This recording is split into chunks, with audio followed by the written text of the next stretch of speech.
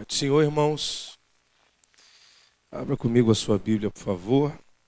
Isaías, livro do profeta Isaías, capítulo 53, versículo 4. Isaías, capítulo 53, versículo 4, enquanto você encontra, eu aproveito para louvar a Deus toda a honra, toda a glória, todo louvor, toda adoração.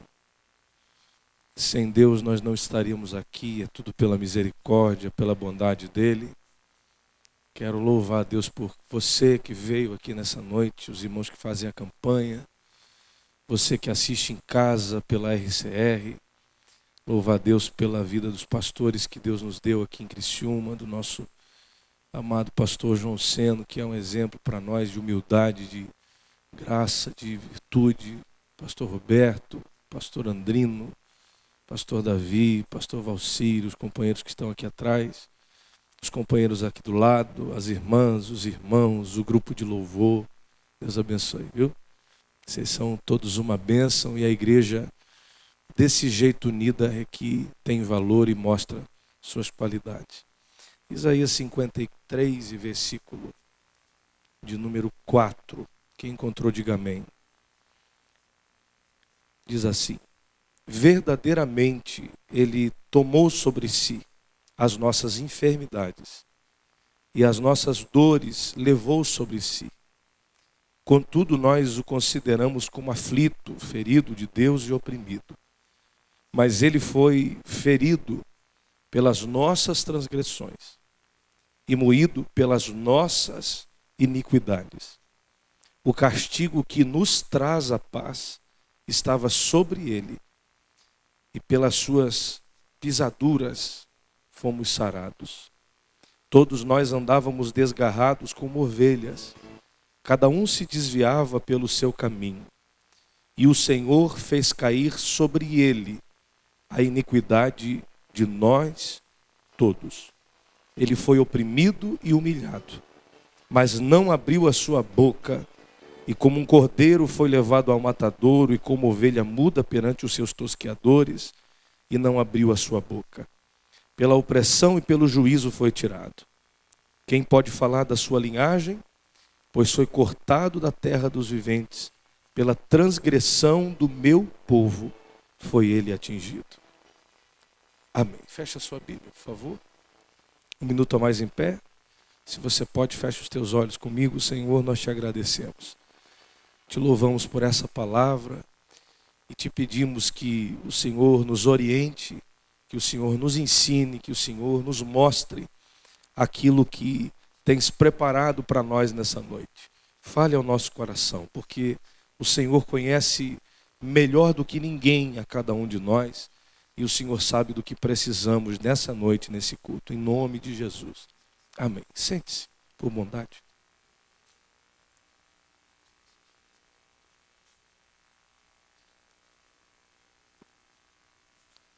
Deus é extraordinariamente grande, Criador de todas as coisas. Foi Ele quem criou os céus e a terra. Os cientistas chamam o momento exato da criação de Big Bang. Mas o Big Bang nada mais é do que a voz do nosso Deus dizendo haja. Porque quando Deus diz que no princípio Ele criou os céus e a terra, eu não sei como isso deve ter parecido diante dos olhos da comunidade científica. Os cientistas dizem que uma grande explosão surgiu no universo, criando os planetas, as galáxias, os sistemas. Mas nada mais é do que a voz do Eterno, dizendo, hajam planetas, hajam os sistemas, hajam galáxias. Quando os cientistas dizem que tudo aconteceu por acaso, na verdade, eu vejo a criação de Deus, do Eterno, do Soberano, do Poderoso, dizendo, haja luz. E pelo poder da sua palavra, pelo poder daquilo que Ele diz, nasce o sol, nascem as estrelas, nasce a lua, nascem os planetas. E Deus vai dizendo, haja vida. E vão aparecendo os animais. Deus diz, haja água, haja criação, haja o ser humano, Deus vai criando, e o poder da sua palavra vai criando todas as coisas. E Deus, extraordinariamente grande, vai fazendo tudo pelo poder da sua palavra. O que você consegue fazer com a sua palavra? O que você cria com aquilo que você fala? O que você produz com o que você consegue dizer? A Bíblia diz que as nossas palavras, elas são muito poderosas. A Bíblia diz que com a nossa boca nós somos capazes de produzir vida ou até morte. A Bíblia nos faz entender que com as palavras que saem da nossa boca, nós podemos abençoar e nós podemos amaldiçoar. As palavras que saem da nossa boca podem incentivar alguém a caminhar, podem ajudar alguém, podem incentivar alguém, podem animar alguém, bem como podem desanimar, podem roubar alegria, podem trazer angústia, podem trazer sofrimento. A gente consegue fazer algumas coisas com a palavra, mas eu desafio você a criar o sol com a palavra que sair da sua boca. Eu desafio você a criar a lua dizendo haja. Eu desafio qualquer pessoa, por maior que seja, por mais capaz que seja, a criar um universo dizendo haja. E o universo aconteceu, foi criado pelo poder da palavra de Deus. Nada mais poderoso do que o verbo que sai da boca de Deus dizendo haja. E quando Deus diz que haja luz e acontece a criação do sol, os cientistas ficam maravilhados e piram em uma tentativa de explicar a criação do sol, como isso aconteceu, a criação do universo, como isso aconteceu. Mas aí quando vem João, séculos mais tarde, falar sobre Cristo, sobre Jesus, contar a história do Evangelho, João chama Jesus de verbo. E aí nós começamos a ter uma perspectiva diferente da criação. Porque quando nós vemos em Gênesis o Eterno, o Deus Pai, o Criador, dizendo haja luz, dizendo no princípio criou Deus os céus e a terra, e você vê que todo o processo da criação se dá pelo verbo haja. Todo o processo de criação se dá pelas palavras que saem da boca de Deus. E agora quando João, o evangelista, diz que no princípio era o verbo, e o verbo estava com Deus, e o verbo era Deus, João, inegavelmente, está se referindo sobre o próprio Jesus, sobre o próprio Filho de Deus. Então, quando Deus diz haja luz, o verbo que produz o efeito da criação é o Filho. Quando Deus diz haja luz, o verbo que produz o efeito da criação é o Filho, é Jesus. Ou seja, desde o início Jesus estava com o Pai. Nós, cristãos que cremos na Bíblia, cremos em uma trindade divina. Nós cremos em um Deus único, que se revela em 3 pessoas: Pai, o Filho e o Espírito. Aleluia.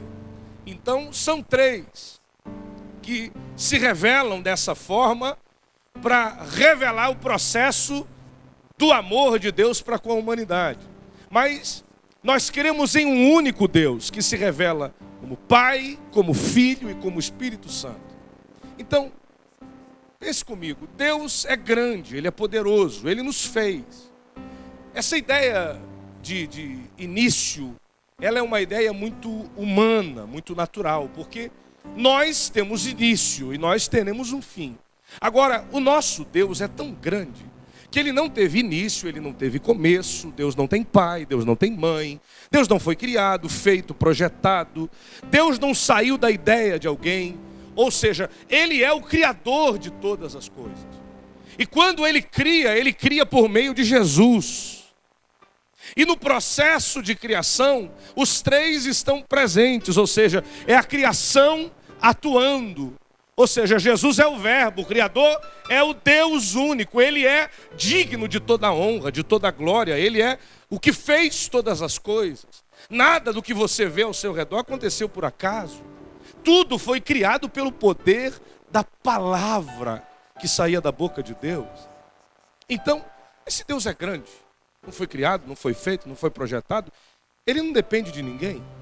Você acha que Deus depende de dia, de noite, de sol, de lua, de estrelas, de anjos, de demônios, de céu, de inferno, de pessoas? Você acha que Deus depende desse culto para ser Deus?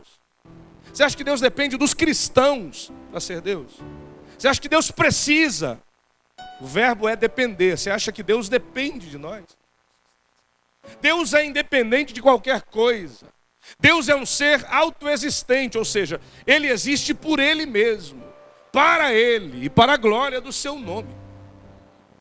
Porque se o mundo inteiro resolver virar as costas para Deus e dizer, somos ateus e não acreditamos em Deus, Deus continua sendo Deus. Ele continua sendo o Senhor de todas as coisas. Nós somos dependentes, nós dependemos de muita coisa para existir, para viver, para a manutenção da nossa vida. Agora, Deus não depende de nada para ser quem Ele é. Porque Ele é um ser autônomo verdadeiramente, independente, grande, excelente em glória, majestoso em poder. E se as pessoas que vivem na terra e que são a obra-prima da sua criação não quiserem adorar seu nome, a Bíblia diz que os grandes peixes do mar o adoram. Você sabia que os pesquisadores descobriram que as baleias produzem um som? E os pesquisadores dizem que esse som serve para a comunicação das baleias. Você sabe que esse som que elas produzem para se comunicar no fundo do mar, às vezes não pode ser ouvido pelos ouvidos humanos, porque nada mais é do que uma frequência.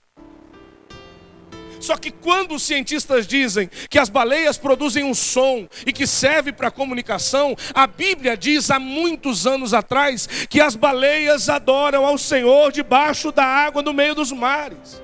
Porque o som que elas produzem não é só para comunicar-se entre si, mas é para adorar ao Criador que fez elas. Você sabia que as estrelas produzem som? Sabia disso? Você sabia que os astronautas ou que os pesquisadores da NASA descobriram que as estrelas no universo produzem som? Elas produzem uma frequência. E se você procurar na internet, você vai descobrir e vai poder ouvir a frequência que as estrelas que estão a anos-luz de distância de nós aqui na Terra produzem. E essa frequência nada mais é do que um som. Quando você ouve essa frequência, parece um barulho das teclas de um piano. Enquanto os cientistas não entendem o porquê de as estrelas a anos-luz de distância de nós produzirem um som. Para que as estrelas produzem som? Para que as estrelas produzem uma frequência que aos nossos ouvidos, pelos sistemas que temos hoje, é nada mais do que um som? Eles não entendem por que elas fazem esse som. Mas a Bíblia explica isso há muito tempo atrás. E a Bíblia diz que as estrelas, o exército dos céus, ou seja, as estrelas, aquilo que nós vemos muito longe de nós, servem para adorar ao Criador e elas louvam ao Senhor. Então, Deus é tão grande que as estrelas o adoram com a sua frequência, que as baleias no meio do oceano, debaixo d'água, o adoram com o barulho que fazem. Deus é tão grande que existem seres perfeitos em glória voando ao redor do trono e o tempo todo o exaltando e o magnificando, usando uma frase ou uma palavra que resume o caráter da natureza divina, que é: santo é o Senhor. Porque essa palavra é uma das palavras mais perfeitas que a gente pode usar para adorar a Deus. Porque quando nós dizemos que Deus é santo, nós estamos dizendo: ninguém é como o Senhor. Nós estamos dizendo: Ele é inalcançável em poder, em glória, em majestade. Ninguém pode chegar perto da sua grandeza. Agora, o que me deixa às vezes intrigado quando eu leio a Bíblia, quando eu leio a palavra de Deus, desde o Antigo até o Novo Testamento, é o fato de que Deus é tão grande, é independente, é soberano, é criador, é poderoso, e nós, criaturas, nós somos seres humanos, nós somos pessoas tão pequenas, nós somos tão ínfimos, nós somos tão necessitados, tão pequenininhos, diante do processo da criação. E Deus se preocupa com a gente. E Deus pensa em nós. Uma vez Deus veio à terra conversar com um homem chamado Moisés. E esse diálogo acontece em um lugar santo. Uma sarça pega fogo e não se consome. E quando Deus fala com Moisés, o assunto que Deus mais fala para Moisés, o assunto que não sai da boca de Deus é o seu povo. Deus desceu na terra para conversar com Moisés e para falar de pessoas. Deus diz: ouvi o clamor do meu povo, vi o sofrimento do meu povo, vi a angústia do meu povo, vi a opressão do meu povo. Poxa, ele é tão grande. Ele tem o universo todo, a criação toda para se preocupar. E por que ele se preocupa com a gente? Somos falhos, somos imperfeitos, somos pecadores. E a Bíblia nos faz entender que desde o início nós trazíamos conosco uma culpa. Todo ser humano traz consigo um vazio existencial. Todo ser humano traz consigo, desde que quando nasce, um vazio existencial. E quando as pessoas vão crescendo, elas vão tentando preencher esse vazio com casa, com carro, com roupa, com dinheiro. Quando não consegue preencher com isso, elas tentam preencher com relacionamento, com namoro, com casamento, com filhos. Tentam preencher com droga, tentam preencher com bebida, tentam preencher com balada. Olha como a gente é pequeno. Olha como